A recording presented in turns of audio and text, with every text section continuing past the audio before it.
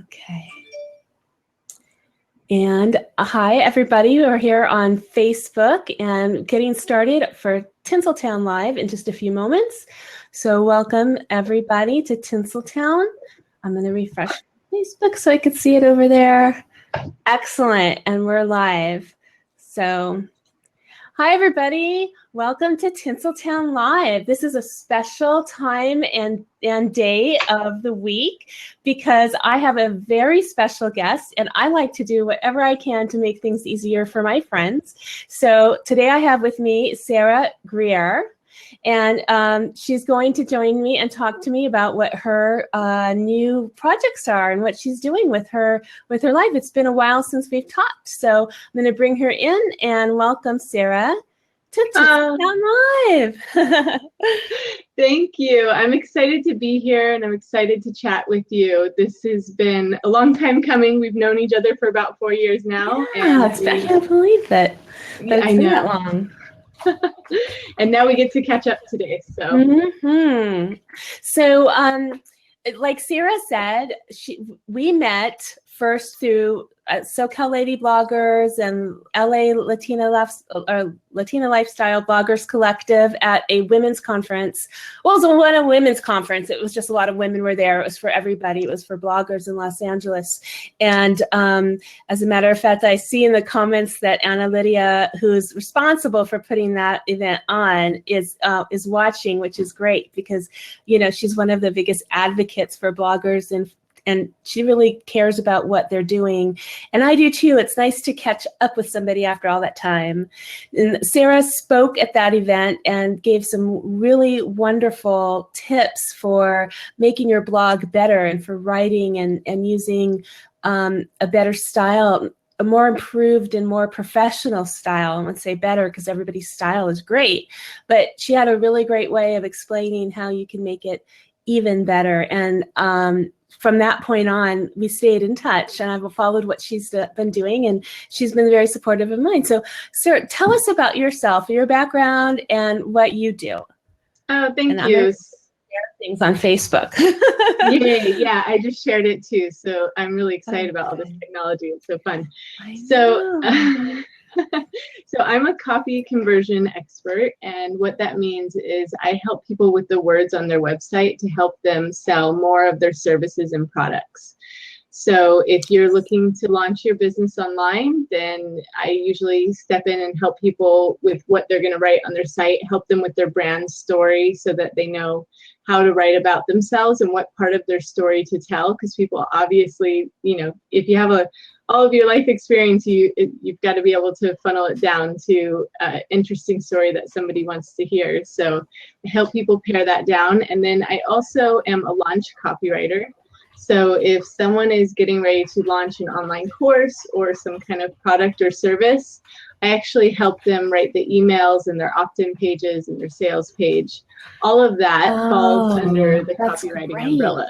Yeah, it's really fun. So I'm excited to share that with you guys today. And I definitely want to talk more about launching because we had talked a little bit about this privately. It's the season for launches. Everyone is, there's a lot of, yeah, so it's usually, Q4 is usually really busy with launches. And I think it's partially because people are already thinking about buying stuff. So it's a good time of the year to launch if you have a course or something else. And also I feel like some people, they just don't want the year to get away from them. They're like, oh, it's been the whole year. I haven't launched yet. I got to do this. I got to get it done so that I can say I did it this year. Right. That's me. I think I'm trying to wrap up all the goals that I had set out and planned and see if I could still hit it, you know? Yeah, it's exciting. Yeah, it's an exciting time of the year, and it's a good way to motivate yourself to get some momentum going and get some things done. So, well, so Sarah, how do you market a business about marketing a business?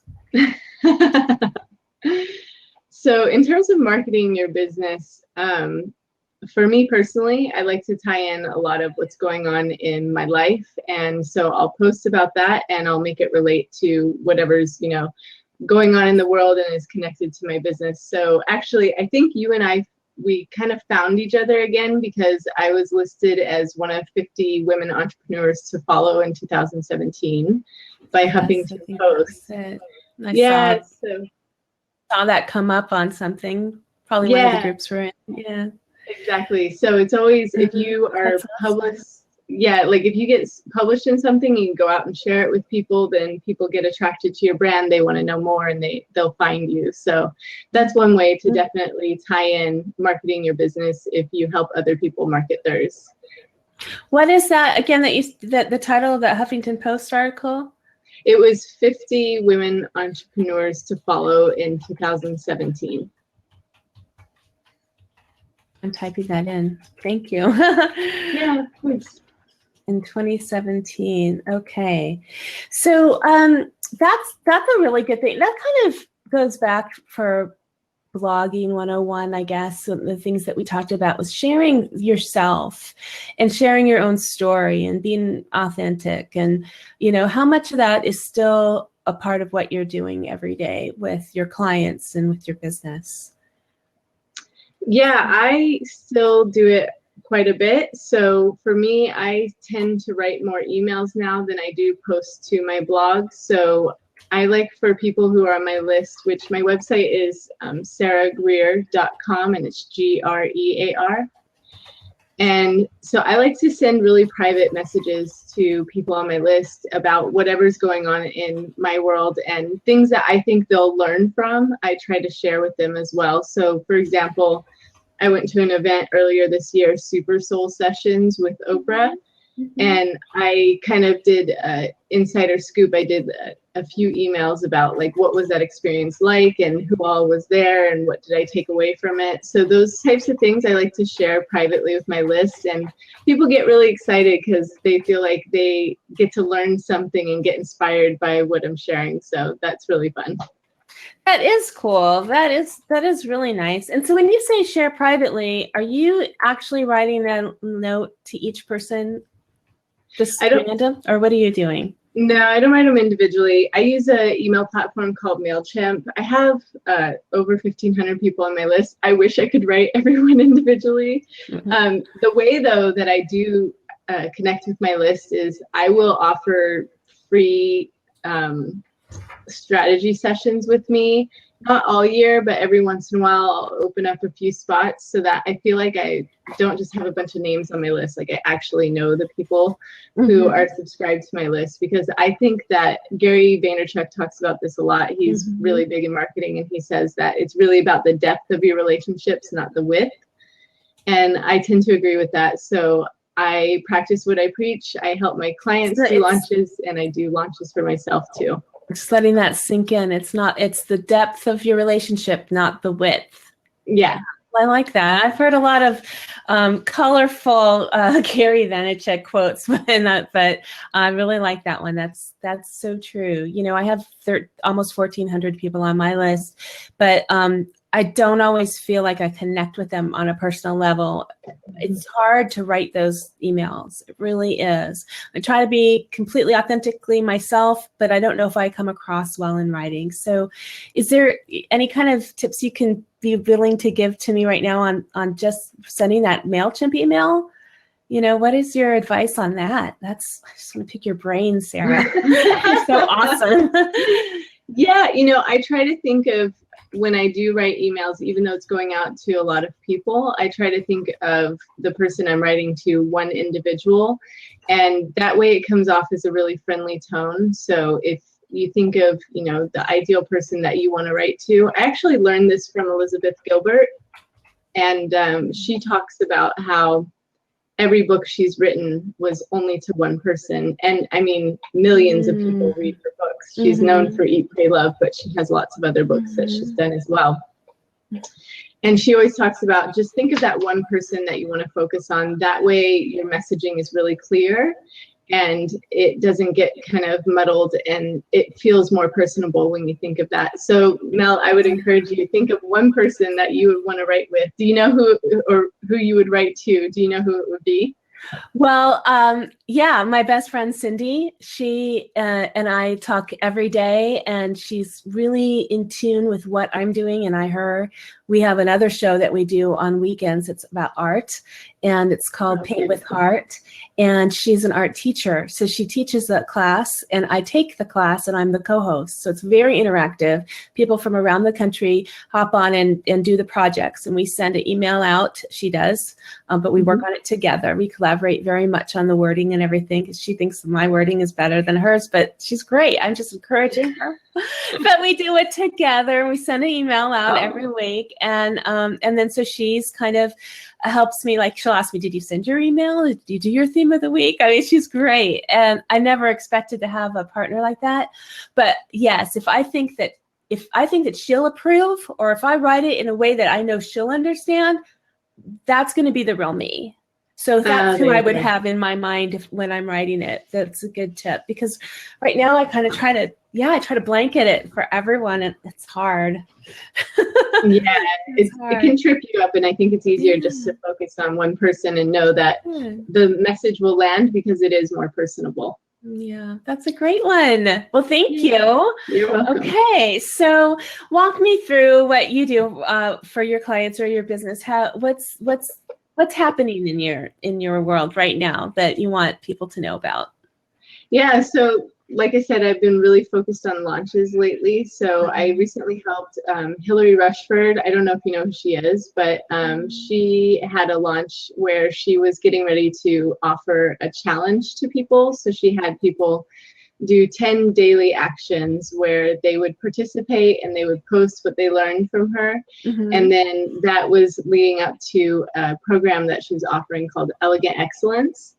So that was a really fun project for me. She's a highly creative person, and I love working with creatives and healers. So that was really exciting for me to do. And then I've also been doing a lot of teaching lately. I've been teaching people who are looking to write like their launch emails, because like you were just saying, people tend to get lost when it comes to actually communicating with their audience.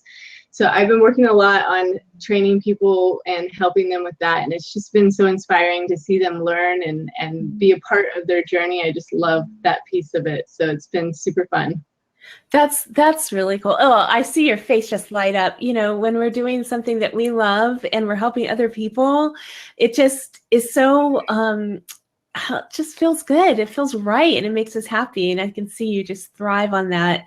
That's why you're a superstar. And I'm interviewing you on Tinsel Town Live, because you're, in my world, you're the superstar because you care about other people. I could tell. Oh, you're so always sweet. Been evident. Well, no, it's true. And you've always been so kind to me. So what are you writing your book? I've got a stack of books here I'm reviewing, and I've got a lot of authors coming on, so it's kind of been my thing lately. So cool. You should. You know, I actually have a book that I published on Amazon. It's called Unleash Your Voice, and it's it's super fun. Sounds familiar to me now. Okay, good. Yeah, and it's a DIY website writing guide. So for entrepreneurs who are just getting started and they want to learn, and there's workbooks in there, so you can actually write your copy as you go through the book, and it helps you hone your messaging and all of that. So yes, I do have a book out, and I love it. Unleash Your Voice. Yeah. Yeah, and it's on Amazon. If you look it up, it's really easy to find. That's so awesome. I'm going to stick that right here. Look, Unleash Your Voice, everybody. Go on Amazon and find that. And then what is your, what would I type in if I wanted to go to Facebook and find your business right now? It's Creative custom writing. Yeah. Sorry, mine is a jello after a short week at work, but you know, I work with middle school students, and they were crazy today because of the 3-day weekend. I still have this buzz about me, you know, like I haven't decompressed yet. Yeah. So anyway, say it again. Creative custom writing. Custom writing. Yeah. I really like that, Sarah, because that, you know, it's so interesting how in 3 words you can make it sound so meaty. That's really meaty. It's creative, you know, it's custom, and it's what it is. I love that. I need to come up with a good name for me. See, and I didn't invite you on here to counsel me for free or anything, but I might as well just tell you. Yeah, I'm always doing that. I was so like, I had this psychologist on the other night, Dr. Margaret Rutherford. You might know her from blogging too. She's really awesome. And I tried so hard to not tell her my deepest, darkest problems and like have her fix me, because we were talking about something specific in her book and everything. Well, she doesn't have a book, but she's coming out with this book.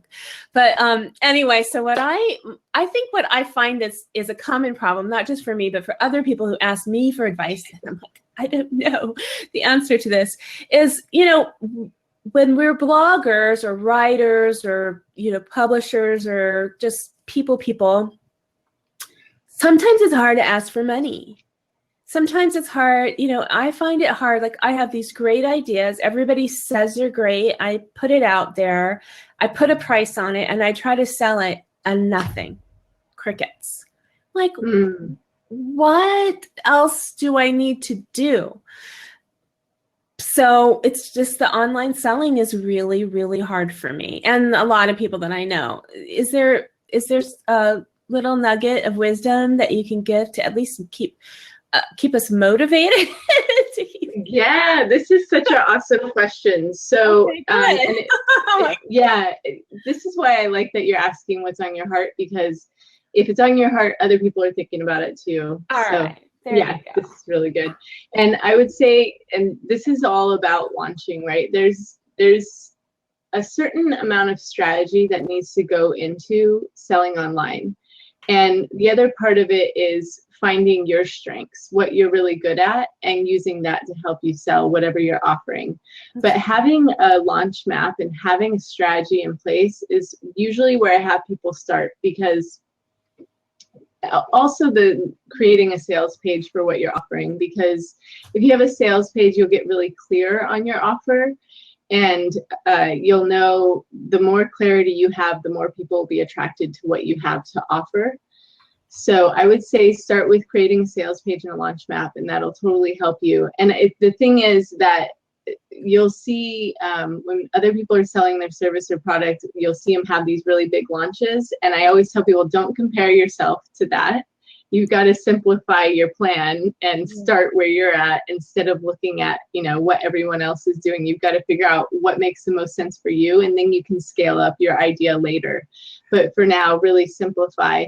And, a simple launch might be, if you're really good at doing how-to trainings, you might do a free webinar leading up to the offer.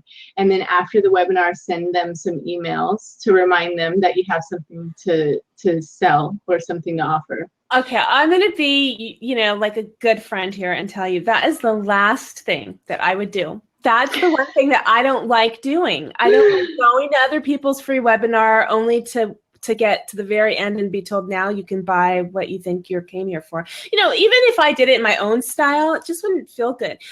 Sending emails, asking money, pitching myself, all of that stuff is really hard for me. I don't know if I have to just get over it and do it and hustle, but is there another way?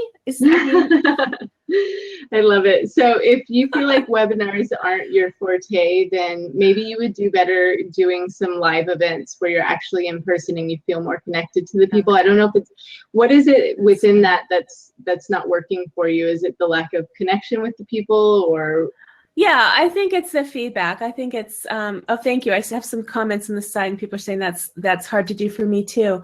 So yeah, I know, well, I am doing a live event in a couple of weeks. I'm doing like a sales marketplace at the Northridge Mall, and it's an all-day thing, and I'm calling it, a meet and greet. I'm saying come and see me because I have products and things to sell, but I want to be able to connect with people in person too, So to me, I think that might be what I get into for a while. I love speaking. I love helping people. I did a roundtable at Connect Her, which was fantastic. I talked about using live video for your business. I can speak on that, but I don't want to be the person to talk about that. There's lots of people doing that. I want people to buy my jewelry and my calendars and my, books and, to be interested, I guess, they say they're interested, but I want to convert that to sales. I don't know how. I just don't. Like, they say they want to buy stuff, but you know. Do you know Vicky Ayala? You remember Vicky Ayala? I do. I love her. She and I, are still in touch too, and we talk about our products. And she has a really great new product out. It's a deck of cards. It's like tarot cards. Oh, cool. Yeah. And she put a lot of work into this, and they're wonderful. And it's called Your Sacred Journey. And she did a guidebook that went with it. And she's got a calendar, a lot of little products, and she did jewelry that went with it. So she's like, how much are you selling of your jewelry? And I'm like, how much are you selling of yours? And what can we do together to help promote each other? And so we collaborate. She's a business coach. And so she's even struggling with the same thing. So there's something we're missing, and maybe it's not having a path or a launch map. You know, maybe it's not following through on all the steps. We get to the part that we like and we're afraid to keep going. Or maybe, you know, it's the fear of success, which I always end up, you know, forcing myself to follow through because I used to have that. And I'm not going to fall back on that, but it is hard. It feels like rejection when somebody doesn't buy something after they've inquired about it.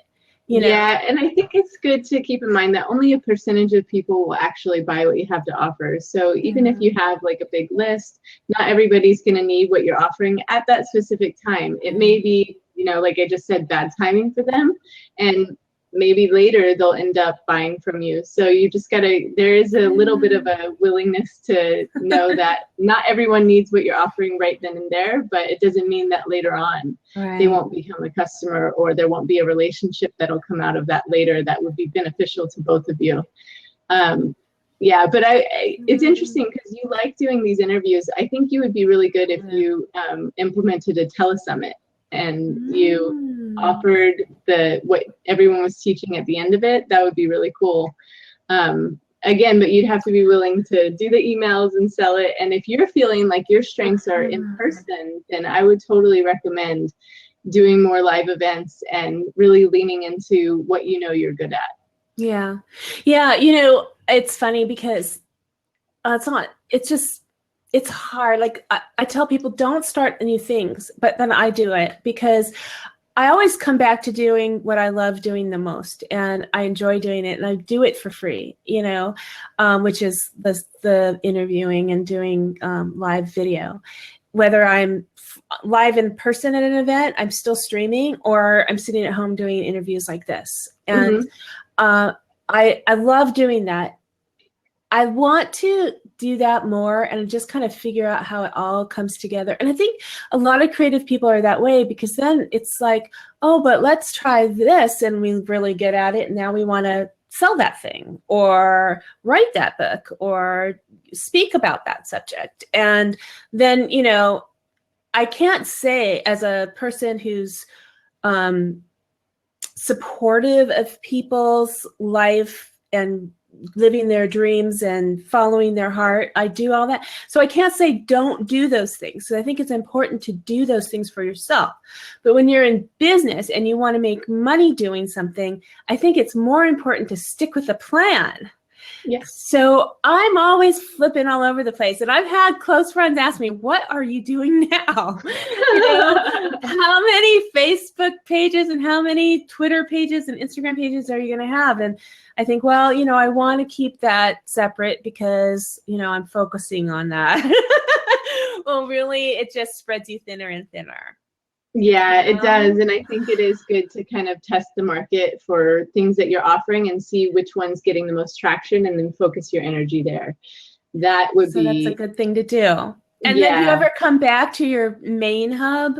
Like, I feel like I have a main hub and then a lot of little tentacles going out and little things I'm feeling out for. And then I end up thinking, well, I'm not spending enough time here. So I bring it all back.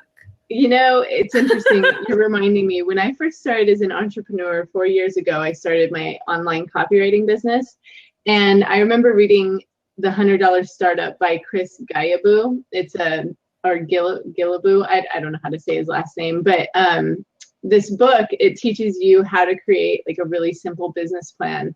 And because I'm a creative like you, I had 4 business ideas and I was going to do all 4 of them. I decided in tandem. And then so I'm not crazy. If Sarah's doing it too, that's a normal thing. Well, I quickly realized that the copywriting business was the one getting the most traction. So I focused there. And honestly, I never looked back because I love what I'm doing so much that the other ideas, I'm okay with them sitting on the side for now. And it's not that they won't ever exist, but for now, I like what I'm doing and I'm focusing there. And it does help if you can kind of pare yourself down and choose one thing to focus on. And just run with it for a little while. It doesn't have to be forever, but let it kind of start to bloom and grow and then you can enjoy what you've created, right? Yeah, I like to I tie everything together. There's a couple of common threads that really, they're more than threads. They're like cables that hold everything that I do together. And that is that I am living my life to the fullest and enjoying every moment and putting my all into that. That's the sparkle. That was my word for the year, was to sparkle. Okay. And not sparkle, bling, shiny. Of course, I'm into that, but to really show my best self at whatever I'm doing at the moment.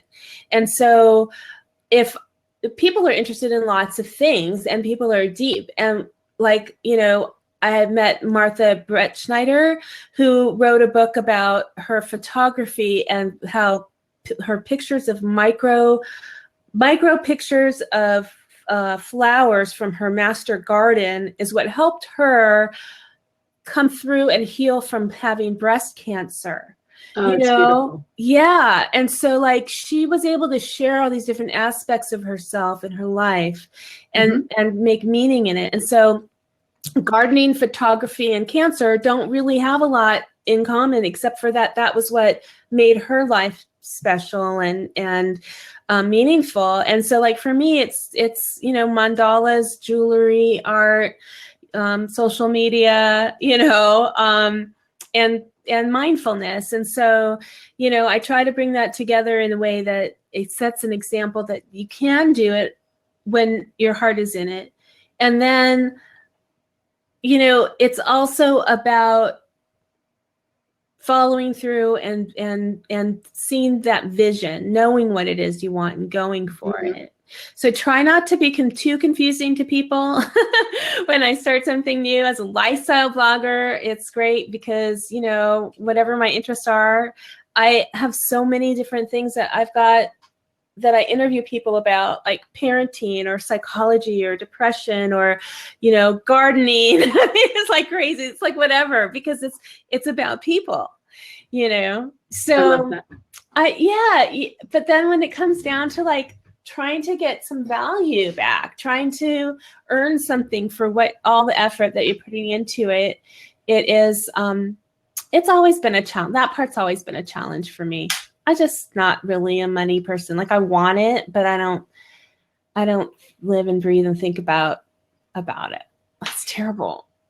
Yeah, but I mean, it's up to you, right? Like you get to choose what direction you want to go and how you want your business model to look. And I think when you get really clear on your offer is when people want to take you up on what you have to give. And so for you, I think it would be good, like you said, come up with a specific plan. And it doesn't mean that you have to be promoting or selling all the time, but certain times of the year you could choose, okay, this is my season where I want to make an offer to people and I'm going to focus on that. And then this is my season where I'm just giving value and I'm not asking for anything back.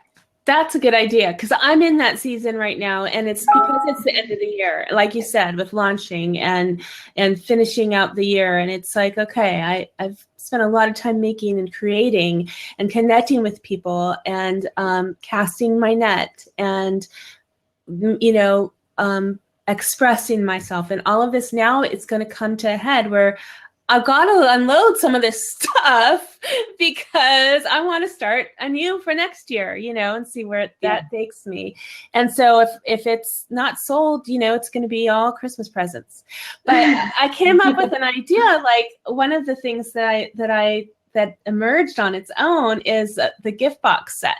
So I was making jewelry. That's cool. Yeah, so you can subscribe on my website and you can get a monthly gift box of a necklace, earrings, and matching bracelet that I make.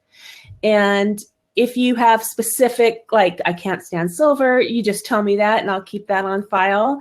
But otherwise, you're kind of surprised. It's getting a gift box in the mail every month, and it's only $40. Right now I'm having a special, it's less, but it's $40 a month for your gift box. And of course you can subscribe and have that sent as a gift to somebody, like a college student or, you know, a friend, a bestie, and someone, you know, and we all like new jewelry all the time. It's costume jewelry. So it's kind of like what you would buy on your way out of, you know, a store where they've got all the jewelry right there. You're like, oh yeah, I need earrings to go with this outfit. So that's one of my ideas. But meanwhile, I've got a lot of products, so I'm going to take it to the boutiques or to I love it. Or, you know, live things.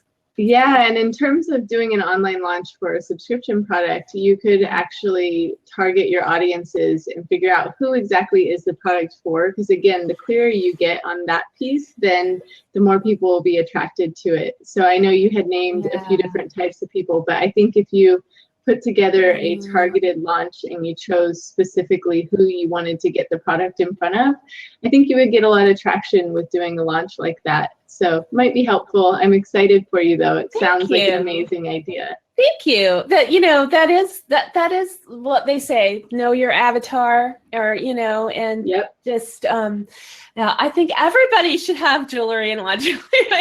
You can't just spread yourself that thin, I think. Yeah, I totally get it. I do.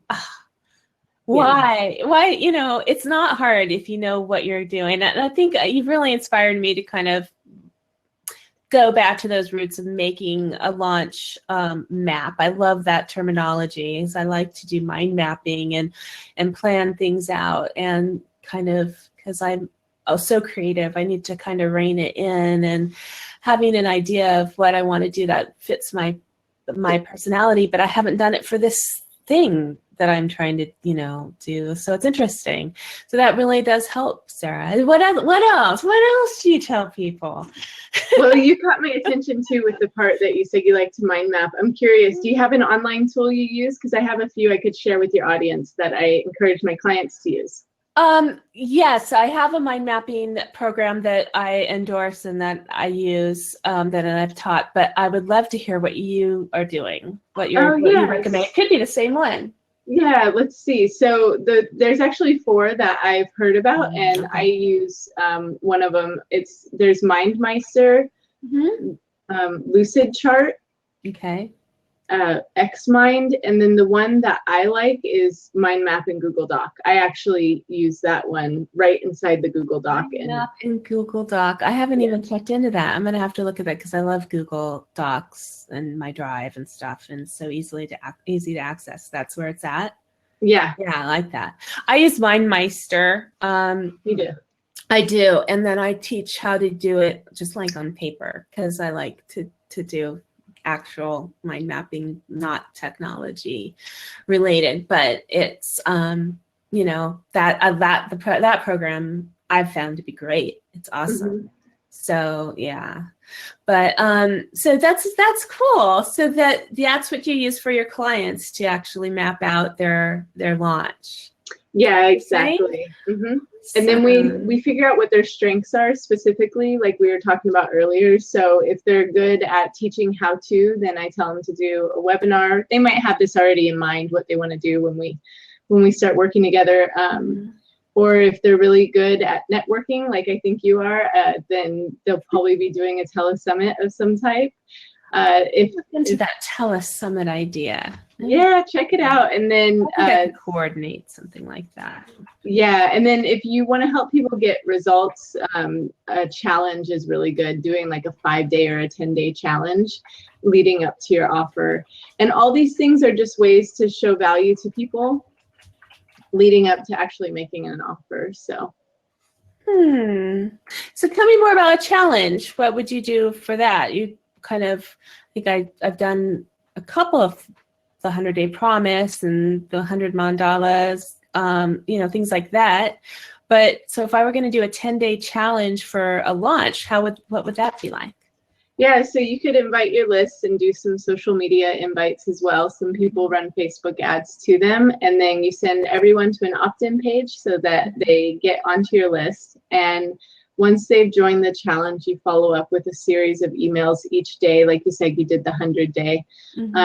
And you teach them something each day so that they can participate in it. And if you have like a particular platform that you know your audience spends a lot of time on, I would recommend having them like post their notes and post pictures of what they're learning and hashtag the challenge that you're doing so that you get even more people coming in from that.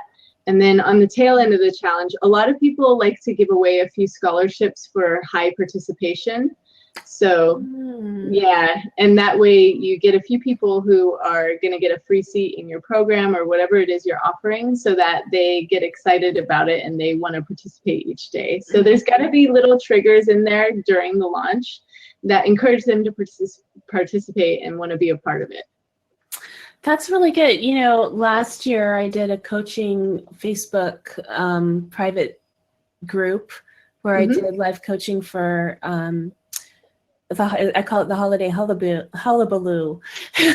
And it was basically for people who wanted support to get through, you know, what can be a really hard time for people with, you know, emotionally and physically and financially, and sometimes it just gets overwhelming. And so I'm going to be doing that again this year, but I ran an early one because I thought if that went so well at that time of year, maybe I could start early and have 2 back to back. And really people aren't ready for it. I haven't gotten too much interest, but again, very supportive, but nobody's buying into it. And but I think if I made it a challenge, it would be kind of that's the thing that makes it more interesting. You know, it's like everything that you talked about that you say a challenge is what I do. I just never really called it that. It'd be more like join my group. So ramping that up a bit to where it feeds into people's interest level. I think that's what I need to do. So I do have a question here, unless you have something else you can tell me about that. Like, am I on track? Is that what you're talking about? Like getting people involved more? It does. And I think the one thing that I would add to what you're saying is just to make sure that they get some kind of small result out of what you taught during the challenge so that incentivizes them to know that you can give them some value and then they will want to invest in what it is you have to offer. That's key. That really is. It's not like just, I'll be here for you. You really have to know what they're going to get at the end. Yeah, and that's where the sales page at the end of the challenge, you send them to a sales page. It makes it really clear about what you have to offer. So hopefully that helps. Yeah, well, I'm going to go back and watch this and let everything sink in a little bit better. But we do have a question from Anna Lydia, and I'm not really sure how it relates or at what point in which she said the question, because she says, do you have to be public with all of your hobbies? And maybe that's a dig on me because I didn't get the rest of what she said. She said because, but I don't know why. Like, you know, maybe what she's saying is that some things should be just your own deal. You don't have to share it all. And if that's what she's saying, yeah, you know, I have a lot of things I do that I don't share publicly. So let me see. The rest of it's on Facebook, I guess. Let me see if I can get this question right. But do you feel like that? Like if, let's see. We all have different loves and interests, but it isn't best to divide your life between hobbies versus a career or job. You know what? I have the kind of job that I leave at, you know, I have a full-time job and I get paid really well and I love it. But when I come home in the afternoon, I have a nice amount of time that I had spent years and years giving to other people. That time went to taking kids to, you know, games and events and classes and school and, you know, driving around in a car I didn't like and being involved in things that I didn't like out of obligation because it was for the kids and sacrificing. And then I spent a lot of time taking people to doctor's offices and appointments because I had a lot of people that I was a care person for. And so all of that time when I wound down and tried to relax, I would play video games on my computer or on my laptop or on my phone. I was Candy Crushing and Words with Friends, and I was just, and then at the end of the day and the month and the year, I would think, I've really not accomplished anything. I did what I needed to do for my family, and it was important, and I'm glad I did. But I lost something in myself where I felt like I just hadn't really accomplished anything. And during that time, I kept a journal, and that's when I started writing, and that's why I ended up ultimately publishing my book. I made it a goal to write a book and self-publish it, and I did. And that tells a story of how I got through a time where I got very depressed about what I was giving to others. And I got out of that to a point where I'm living very joyfully and having grieved the loss that I went through at the same time. So with all of that said, my thing is to share the excitement and joy that I have in doing these things that make me feel whole and good. So yes, for me, my brand is about sharing about these little tiny milestones and things that I do and that I love doing. That's my message. It's not for everybody, you know? So, but there are tons of things that I do that I don't talk about. I don't do video of myself doing my nails, which I love to do. I don't, you know, bring my family into it too much. I talk about them. I do, you know, all the things that most people do, but there's some privacy there. So hopefully that answers the question. You know, I do have a divide. I can talking about the divide your life between hobbies and a career or job.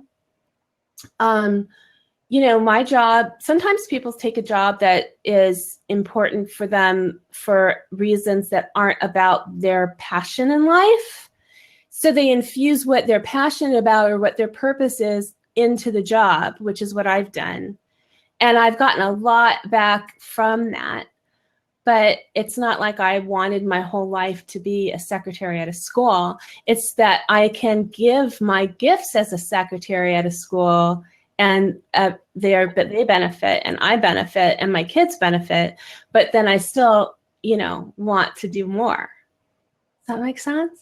So, you know, yeah. So that's so I think people should be able to have a balance between their hobbies and their career and their job, and be able to have a second job and be an entrepreneur and make money doing things, as they say, on the side, which is really like having a second full-time job.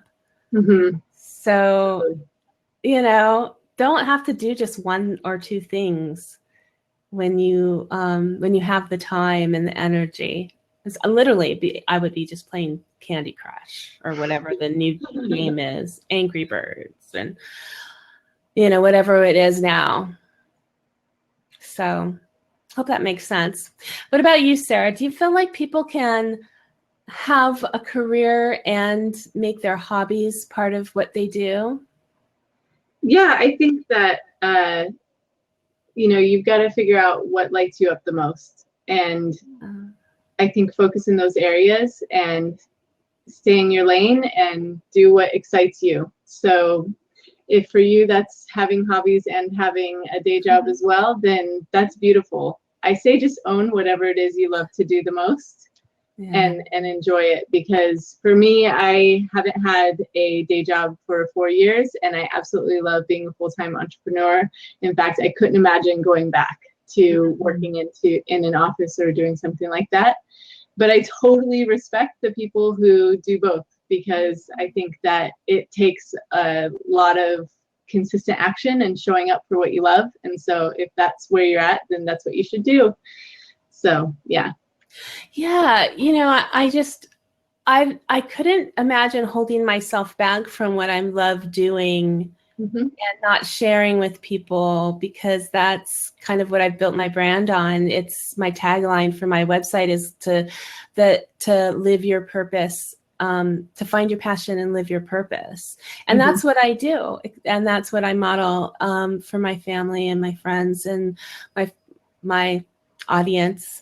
I don't like followers. I don't like that word followers because sometimes I'm following them. But I feel like it's important to express yourself if that's what you want. If it's important for you to be focused on one job or one career, then that's what you should do. It's a matter of personal choice.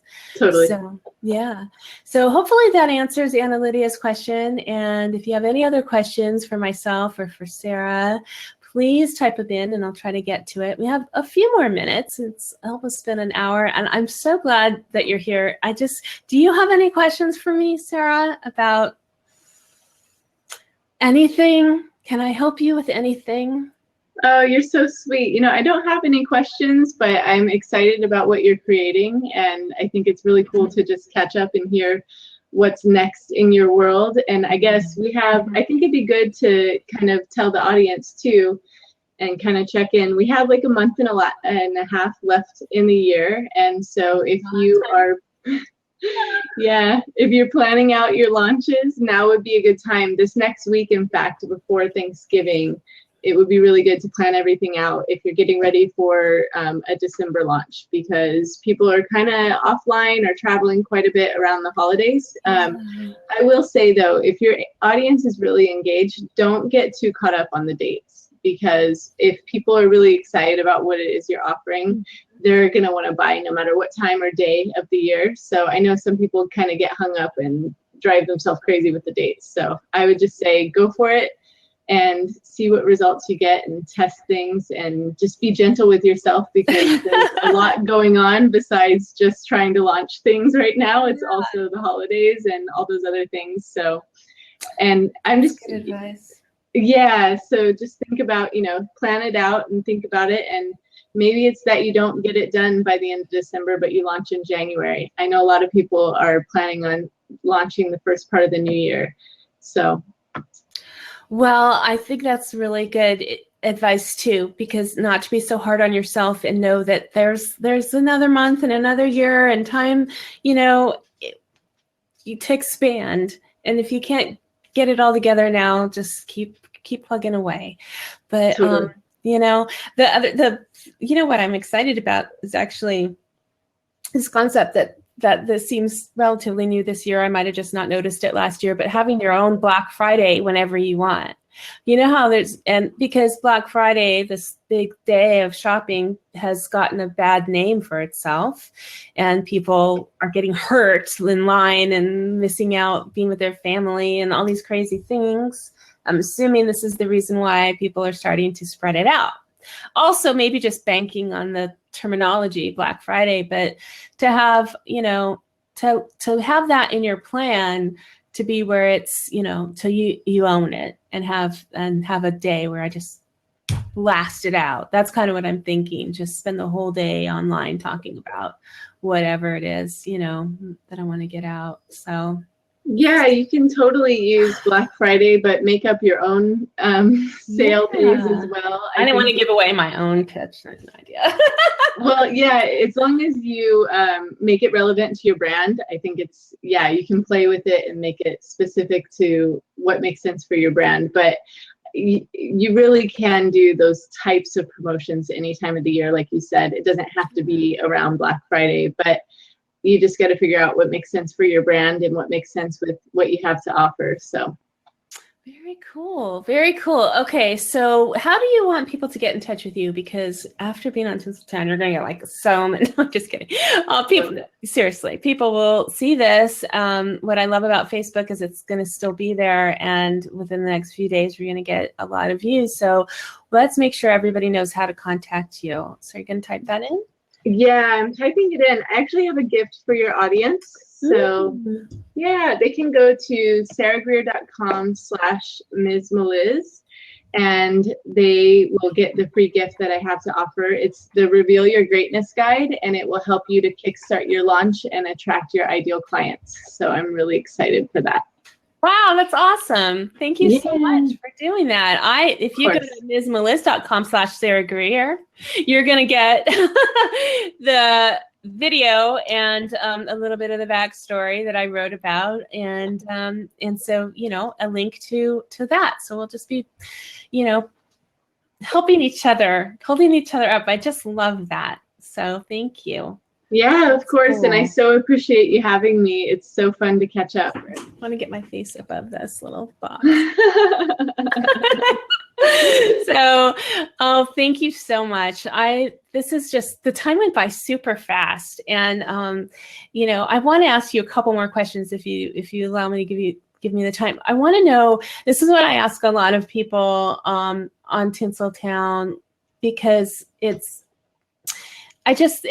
mostly about caring about people. But what would you say is your core value? Tell me about you. We talked all about business, but let's talk about you a little bit. What's your core value or purpose for doing what you do and what you love doing? I'm really glad you brought that up. I actually posted something about it today. It does relate to business, but it also very much gets to my core of the value I want to bring to other people. So we're doing the timing of this interview is so poignant for me, because given the current political climate and all the things that happened this week, I work primarily with women. That's the majority of my client base. And, I'm helping them build their online businesses, and it's an opportunity for them to remove the need for, first of all, capital, because when you have an online business, there's less of an upfront investment to make money back. That's huge to me. And I've helped women break through the glass ceiling. And that to me is so important right now, because the internet kind of levels the playing field for everybody.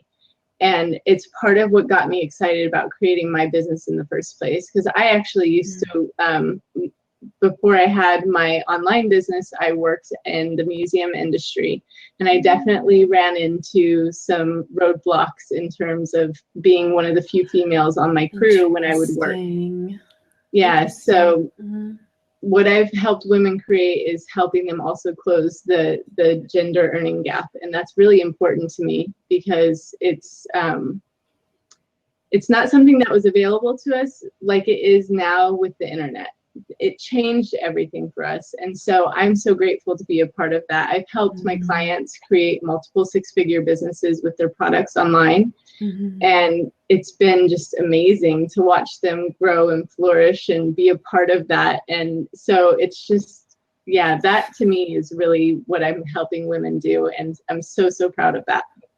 Well, that is great. I'm so proud of you, and I'm so glad to be a friend and to be able to catch up after 4 years and of being kind of on the sidelines, and just know that you have been very influential in what I do. And whenever I see your name, I always have such pleasant thoughts of what a supportive and wonderful person you are. So I'm so happy to see that you are helping people and that you are doing so well. And I look forward to getting more information from you and maybe taking their class again, because you've got it. You know what you're doing. And I'm just so glad to have you here on Tinsel Town Live with Miz Meliz. Thank you. Likewise. Thank you. I appreciate you.